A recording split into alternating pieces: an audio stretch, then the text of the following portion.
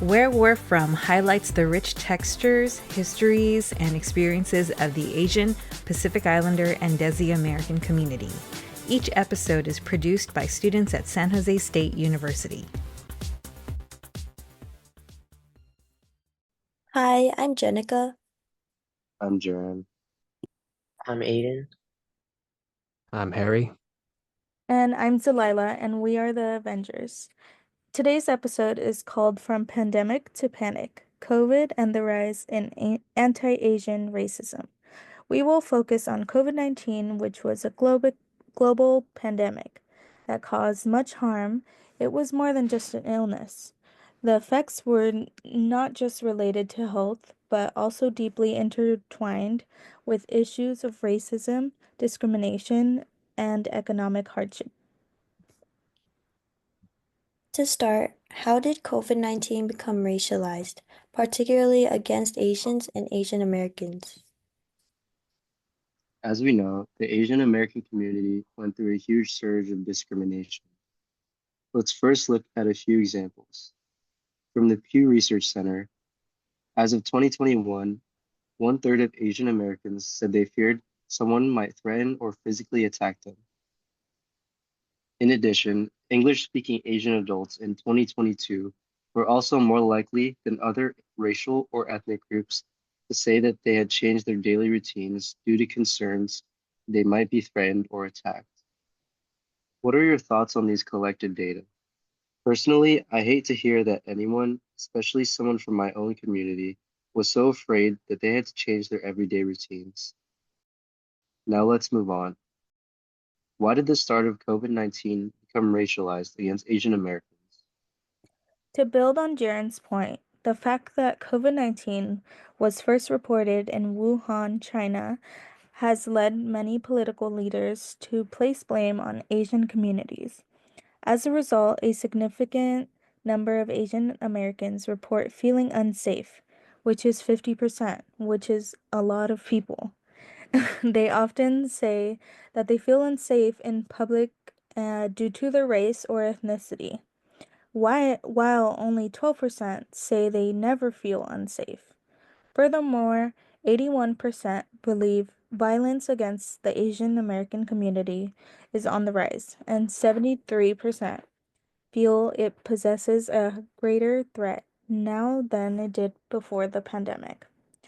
Between 25% and 32% have personally feared being threatened or physically attacked, or feared for their household members because of their race or ethnicity. With this data, I feel like it makes me really sad that people go out and they don't even feel safe walking in their own community. I just think that's very sad. As stated before, a big push towards this anti-Asian hate has to do with the actions of the government officials and leaders who, according to the Human Rights Watch, used COVID as a tool to encourage this behavior. I feel like COVID was something that was just used conveniently as a tool to expand on this hidden prejudice that has long existed for a long time, bringing it to the public view by using people's fear and wariness and using it directly towards Asians. And I agree with Harry. Government officials have definitely been a very big contributor towards the blame of COVID on Asian Americans, resulting in more racism. We saw these officials such as Donald Trump, who was president for almost a year during the pandemic, and Paul Gosar, who is one of Arizona's representatives, saying terms like China virus, Kung flu, or Wuhan virus.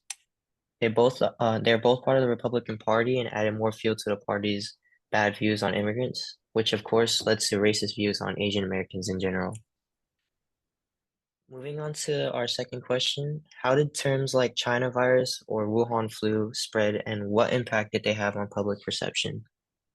From the article, COVID-19 Fueling Anti-Asian Racism and Xenophobia Worldwide, they express U.S. President Donald Trump's use of the word Chinese virus and Secretary of State Mike Pompeo's use of Wuhan virus may have encouraged the use of hate speech in the U.S. Although by late March, Trump stepped back from using the term and issued a tweet in support of our Asian American community.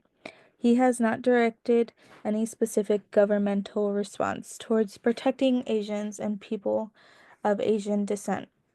Have you guys ever heard these terms in person? Personally, I've never heard it in person, but I do see it online a lot, especially in social media, like in comments sometimes, but in person, I've never heard it. Yeah. Yeah. Yeah, same. I've never heard it in person, but I have heard it like on tweets and I've seen it like people spray painted it on walls and I've seen pictures of that. And yeah, go ahead, Harry. So social media was one of the main factors that caused this prejudice to get out of hand and rapidly expand. The increased use of terms like the Chinese virus led to increased fuel for discrimination and violence towards the Asian communities.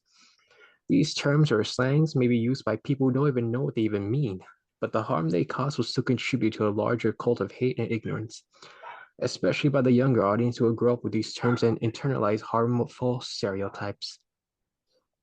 As Harry said, public officials from the US have taken advantage of the media, using platforms like TikTok and Twitter to try and influence the views of their audience all around the world, especially to the many younger viewers on TikTok who can get easily influenced from what they see in the media. The hate that public officials continue to spread will be intensified by the media, distorting public perception and shifting perspectives in a way that leads to a broken, divided society and not a united one.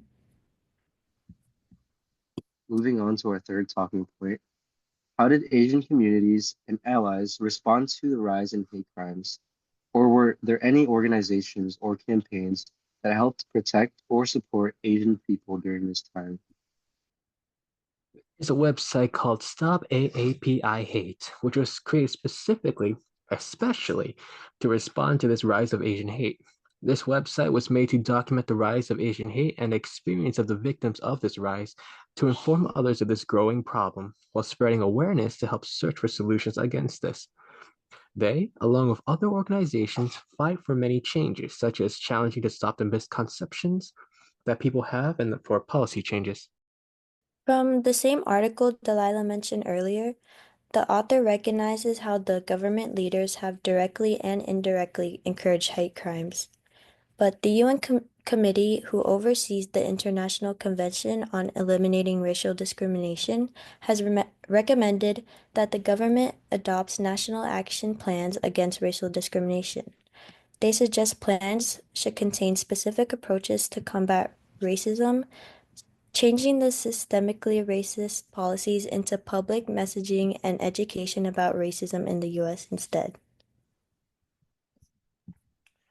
And from my experiences, the COVID hate crimes were very impactful to my family.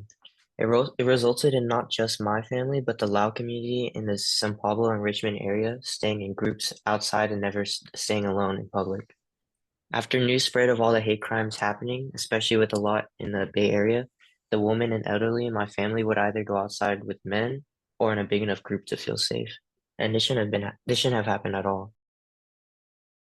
These are some reflection questions we would like to leave for you guys.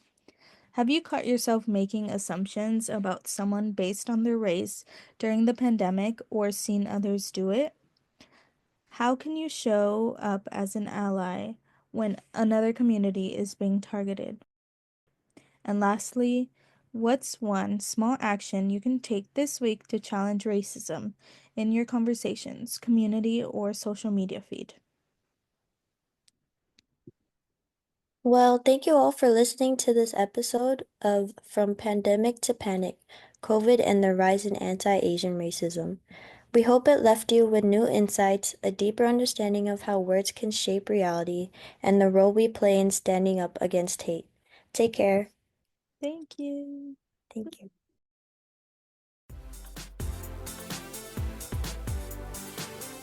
Thank you for listening to Where We're From. This podcast is produced by students enrolled in Dr. Joanne Rondilla's Asian American Studies courses at San Jose State University.